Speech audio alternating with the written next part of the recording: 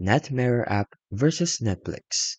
Let's get started. So let's start with Netflix. So what Netflix offers is a massive official content library with exclusive originals and licensed shows.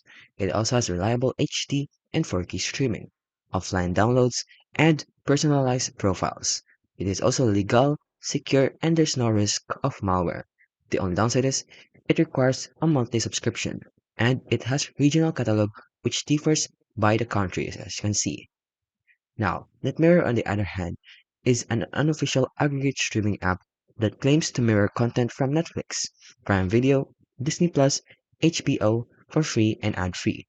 The only offering is it offers access to massive content libraries across multiple platforms, and there's no subscription. They also have a familiar interface mimicking Netflix with dark theme and smart search, subtitles, and offline downloading. It is also available across devices in Android, iOS, PC, and Android TV. The only downside is it has some security concerns. It has a quality which varies, which is very buggy on TV or Fire Stick, and there's no guarantee of support or update or content availability reliability. So in conclusion, Netflix remains the top choosing an option for anyone who values quality, security, and legal peace of mind, while NetMirror offers the allure of free access to premium streaming content and a neat UI.